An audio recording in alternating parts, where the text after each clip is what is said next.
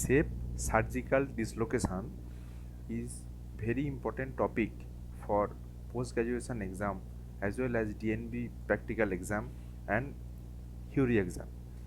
In orthopedics, there are many hip cases we used to encounter. Now, both from pediatric orthopedic and geriatric orthopedics and trauma, we have to address some hip problem without doing any further jeopardization of the blood supply of the hip. That is our motto for safe surgical dislocation. The safe surgical dislocation is such a tricky and surgically challenging procedure or demanding procedure that can permit ultimate access to the entire hip joint to address all the lesion like labral lesion and other some important points I will going to highlight you. But for you have to know first basic of the hip. The hip joint are so complex and so nicely made by by God that the blood supply is very tricky. Among them, the hip capsule is a special type, a special blood supply come from the medial circumflex femoral artery, and this artery is persistent bleeder during the posterior of the hip.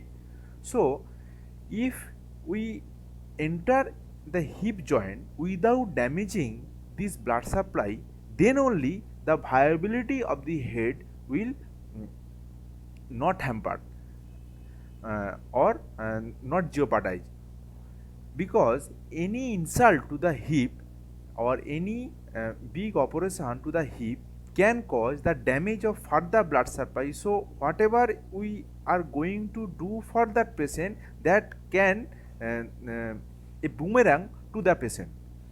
So this safe surgical dislocation of hip going to popularized. Now what is this? By it is a anterior approach to the hip and with a very safe procedure with and very minimum damage to the surrounding soft tissue, minimum damage to the medial circumflex femoral artery and capsular blood supply. We have to address the hip joint. Now what are the indication of these operations?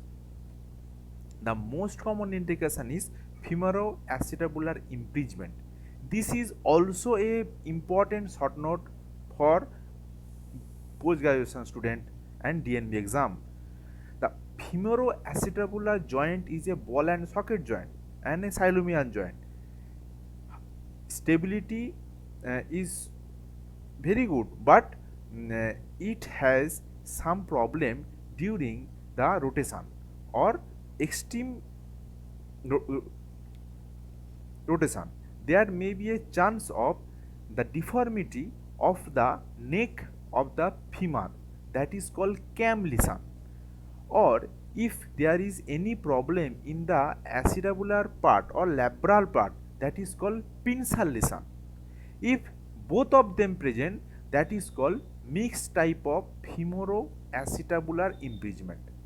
For your knowledge, you just know the femoroacetabular impingement is such a condition where the rotation in the extreme position will get hampered. It will cause pain due to pre-existing lesion like femoral pathology or acetabulum pathology. Most common acetabulum pathology is labral tear and most common femoral pathology is femoral head deformity. Okay, this is called femoroacetabular impingement. Now, femoroacetabular impingement are the abnormal and it can cause a problem during this ball and socket joint movement, and this problem may arise in most commonly athletic male, or it may be due to the idiotic cause like slip capital femoral epiphysis, like old Barthes disease, like developmental dysplasia of hip or exostosis or any type of hip abnormality. The they are the most common cause of femoroacetabular impingement. Now, any problem in the hip, we can address this pathology based by hip arthroscopy. This hip arthroscopy is the latest advancement for minimum invasive surgery to in the sports medicine, that we can enter to the hip joint after putting this patient on fracture table and C-arm. We can enter the hip joint through 3 ports: anterior approach, lateral approach, or posterior approach, and we can enter in the hip joint and do some chilectomy or labral tear operation by this operation. But believe me, this hip arthroscopy is a emerging procedure. It needs a expertization, it needs a institutional preference, it needs a high training. So the the the curve when the budding surgeon going to gain their skill, this is called learning curve. This learning curve is very high, very steep. So the hip arthroscopy, you have to know everything, but the result of hip arthroscopy is depending on the expertization of that surgeon and also the selection of the patient. If you have selected very difficult case for hip arthroscopy, then result obviously will not good. So better in this time, when there is only labral lesion, you can address it by hip arthroscopy. If there is very small chilectomy need, then you can address by hip arthroscopy. But when this femorocerebral impingement, both from femoral neck or any type of acetabular problem, you can address it by open reduction, or it is also called safe surgical dislocation of the hip. Okay. Now, any type of operation in the hip in the long term, I from the very beginning I want to utter only one thing, is less jeopardization of the blood supply, because the femoral head ultimate goal is femoral head viability. Okay, so if we go for open reduction, then the younger patient are most commonly benefited because the regenerating power is more high. But in the old case, the regenerating part is very low. It is better to go for total hip replacement if we have to address a big problem in the hip joint. Okay. Now, other and last indication of the safe surgical dislocation is Pipkin fracture, or if you need a osteochondroplasty. What do you mean by osteochondroplasty? Osteochondroplasty is a special type of operation where we have to reconstruct the articular cartilage of the femoral head. This is called osteochondroplasty. And if there is any fracture, we can put a hardware screw over the femoral head. This is called Pipkin fracture. Femoral neck fracture associated with femoral head fracture is called Pipkin fracture. Okay, this type of Pipkin 1 and 2 fracture very nicely addressed by this hardware screw fixation and safe surgical dislocation of hip. So, what if we going to sum up the indication of safe surgical dislocation is femoroacetabular impingement as a whole. You can this may be asked as a short note, so I discuss it elaborately. Then the best treatment for femoroacetabular impingement in preliminary navigation, which is very indicated with the expert surgeon by arthroscopy. If you cannot address, you can go for safe surgical dislocation. And safe surgical dislocation, all are the indication for safe surgical dislocation along with this fracture and osteochondroplasty. Now, the most common and most recommended technique is Genz surgical dislocation. This is a article from JBGS, the most well known and index journal, and I just note it down from here for better understanding for you. What we have he used to do a trochanteric osteotomy. See, this is the attachment of the abductor muscle. He have done a trochanteric osteotomy.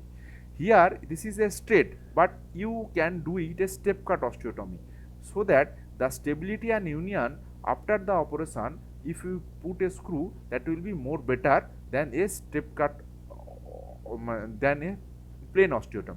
Anyway, after that you have to do a opening of the GT along with the abductor muscle. Then you have you have to do a external rotation of the hip. Then we can get the capsule. Now capsule, you if you approach to here by a Z incision, this is called Z incision, or reverse L you can do. This Z incision helps to enter in the hip joint without damaging further the retinacular blood supply. We will tag a non-absorbable suture or absorbable suture over the tip of the Z, and you can address the femoral neck and head. After that, you easily dislocate it, and you can do any operation in the femoral head or acetabular lateral or neck region. Okay, so this is the all about the surgical method of safe surgical dislocation, which is coined by Genge technique. Okay, so after the operation, you can assure that you can preserve the blood supply of medial circumflex femoral special blood supply, which is going to supply the all the vascular tissue around here, and you can address all the pathology here with a very good exposure, and it is actually anterior dislocation, and it is surgically done. That is called surgical dislocation, and it will not jeopardize the blood supply, so it is called safe surgical dislocation. Okay, now after this operation, you have to do some physiotherapy, or there is a aggressive physiotherapy protocol. You do not allow the patient for only bedridden.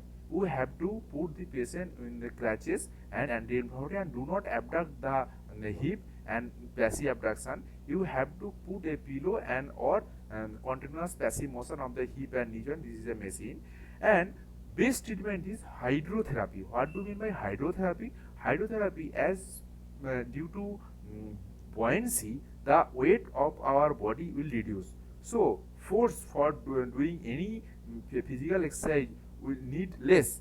So if there is any painful condition of any joint, if patient put in a swimming pool and then they ask for doing any movement of the hip or knee, he can do it very easily without feeling any pain, because weight is very less. This is called hydrotherapy. This is very effective treatment as a physiotherapy point of view. So I think you can understand what is safe surgical dislocation and all the indication along with femoral acetabular improvement. Thank you.